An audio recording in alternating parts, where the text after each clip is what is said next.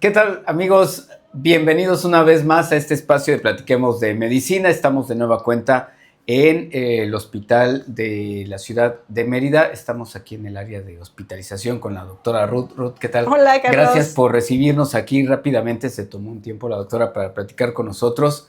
Gracias. Gracias a ti. Y hoy, vamos a hablar de un tema, toxoplasmosis. Si nos pudieras comentar qué es y a quiénes afecta. Ok, te cuento. El Toxoplasma gondii, que es el parásito que produce esta infección, es un protozoario que tiene actividad zoonótica e infecta a muchas especies de mamíferos. Las que nos interesan por el contacto cercano que tenemos nosotros, pues son los gatos y pues en este caso de la actividad zoonótica que también llega a afectar a los humanos.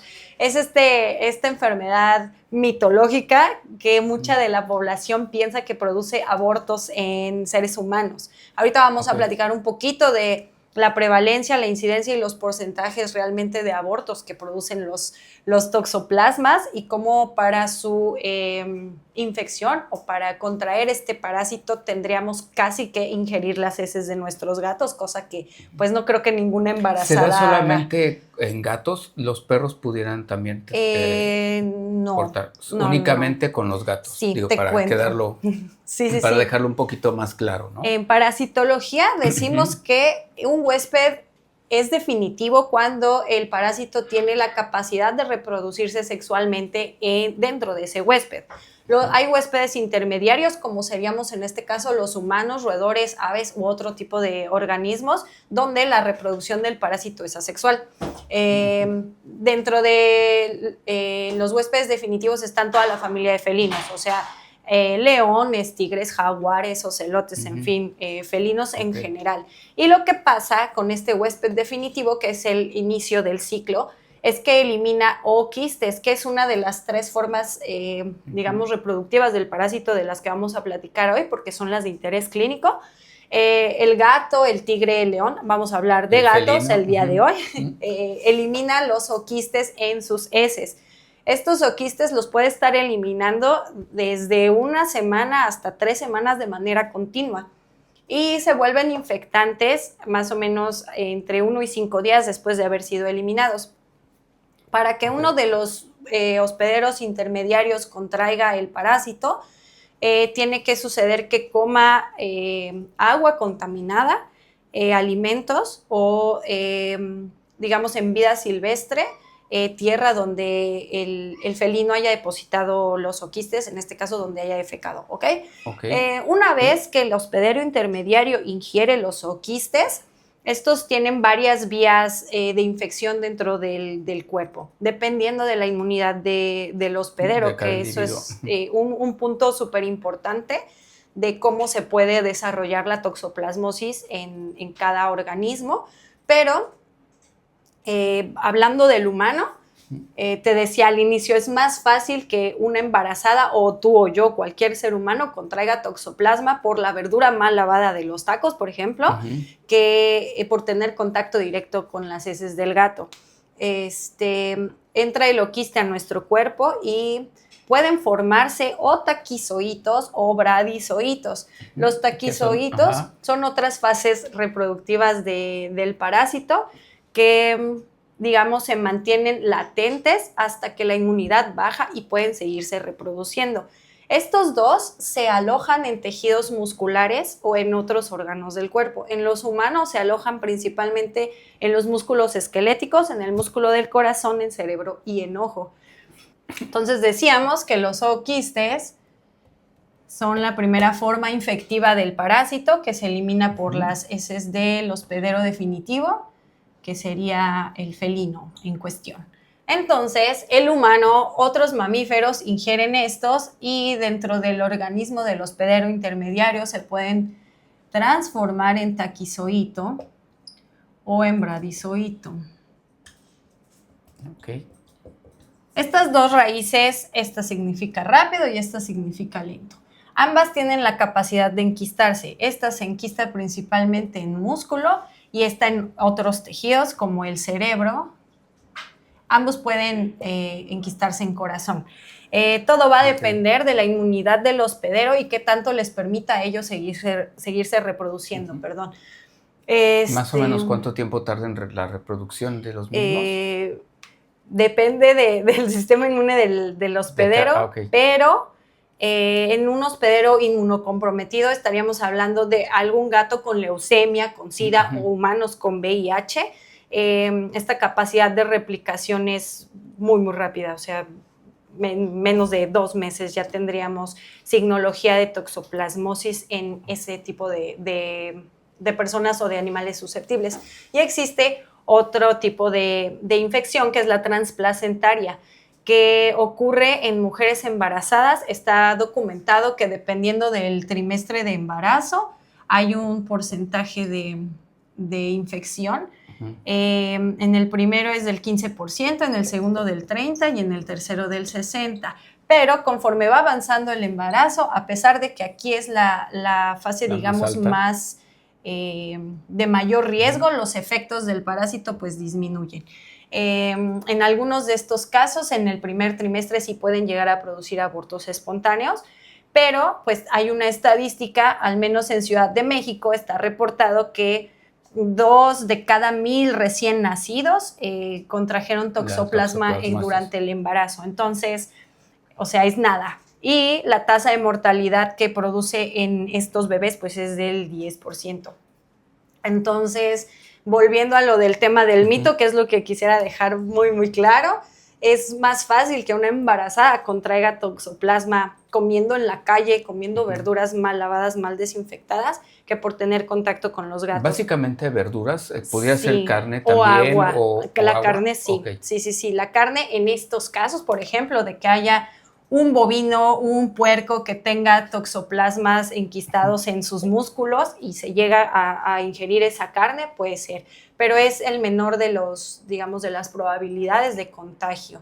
Entonces, es importante no creer que los gatos te hacen abortar y no deshacerte de tus gatos si estás embarazada, porque el riesgo de que tú te infectes por toxoplasmosis, por tener un gato, pues es bajísimo. O sea, tendrían que ingerir las heces tal cual. O tendrían que tener una muy mala higiene al momento de limpiar los areneros para contraerlo. Esta toxoplasmosis, ¿podemos evitar que nuestros gatos la tengan? Es decir, sí. Tal vez un buen esquema de desparasitación evitaría esto. Sí, claro, es correcto. Mira, la otra parte de la infección por toxoplasma en los gatos. Bueno, estoy borrando aquí que la prevalencia del parásito reportada en Estados Unidos es del 22% de la población. O sea, es un parásito, se dice que es el parásito mejor adaptado a los humanos, que ha logrado pues su objetivo de seguirse reproduciendo no solo en los gatos, que es el hospedero definitivo.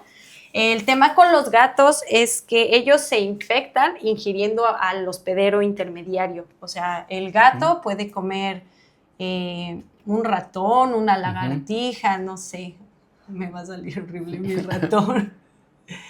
Y como el ratón tiene los taquizoitos y los bradizoitos en sus músculos, ¿qué pasa? Pues se activa la otra fase de reproducción en el gato. Entonces el gato... ingesta. Sí. Puedes mantener a tu gato, como me decías, de manera preventiva con desparasitaciones continuas en regla, pero gran parte de que esto pueda controlarse es que el gato sea un gato de caza, que no salga, que no cace, que no mate, que no coma animales silvestres que pueden tener al parásito pues enquistado en sus tejidos. Entonces, otra razón más para no dejar salir a sus gatos de casa, aparte de ahorrarles pues atropellamientos, accidentes, mordidas, envenenamientos, etcétera. Ok, ¿hay alguna prueba en la que podamos o puedan ustedes como médicos veterinarios determinar si mi animalito tiene estos toxoplasmas o no? Sí. Es decir, y lo platicábamos la vez pasada que hablábamos contigo de gatos, de pronto yo recojo al animalito, ¿no? O sea, no sé... Lo tomo de la calle, lo traigo y vengo con ustedes para una revisión. ¿Hay alguna manera de saber si lo tenemos o no? Sí, están principalmente estas dos pruebas. En el coproparasitoscópico vamos a buscar los oquistes en las heces. Esto no es tan confiable a menos que tengamos una infección aguda en el gato, o sea, que el gato en algún momento no esté logrando controlar al parásito por sí mismo. ¿Qué manifestaciones vamos a ver en nuestro paciente? Diarreas, vómitos. Y bueno, todo esto se construye con una historia clínica, ¿no? Pues lo vemos que come ratones, nos trae lagartijas, de pronto caza pajaritos, etc.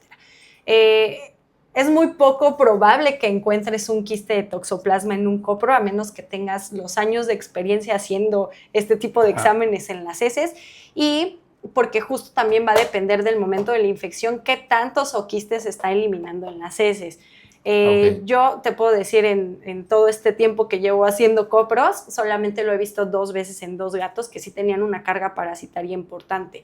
Los protozoarios de pronto no te dan muchos indicios. Entonces tienes esta que es la prueba inmunológica por elección para detectar muchas de estas enfermedades, y el PCR lo que detecta es el ADN del toxoplasma.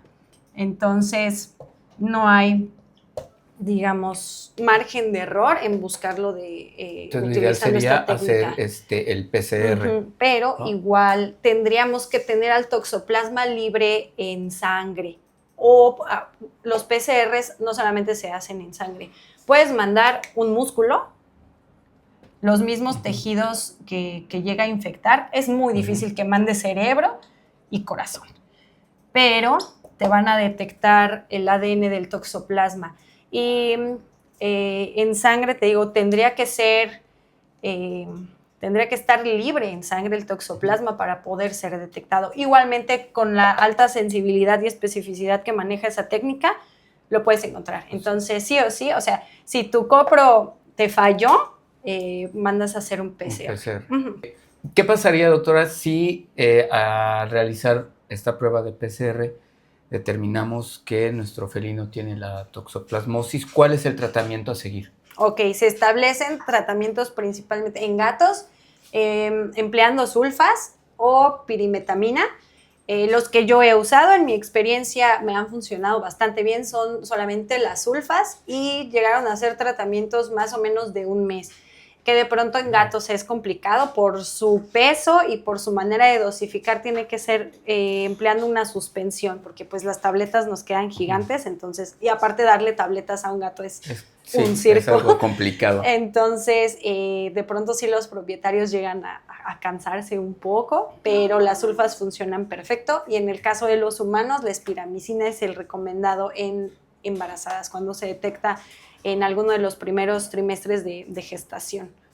Entonces, básicamente ese es un tratamiento de 1 mes más o menos para eliminar. En cualquier momento pudiera haber, obviamente, también una reincidencia. Sí, claro. Llegó el tratamiento y 2-3 meses después pudiera el gato volver a presentar la toxoplasmosis. Sí, todo depende del tejido donde esté albergado, porque a lo mejor los tratamientos nos funcionan en ese momento, digamos, en un gato con diarreas a nivel gastrointestinal, pero si hay cierta carga de toxoplasmas enquistados en músculo, en cerebro o en corazón, pues esos van a estar latentes el resto de la vida. Eso es algo que también pasa en los humanos y en todos los hospederos intermediarios. Una vez que contraemos toxoplasmosis, lo vamos a tener toda nuestra vida. O sea, nos volvemos hospederos eternos, sí, del toxoplasma. Pero se va controlando. Sí. Te decía, todo depende de nuestro estado inmune.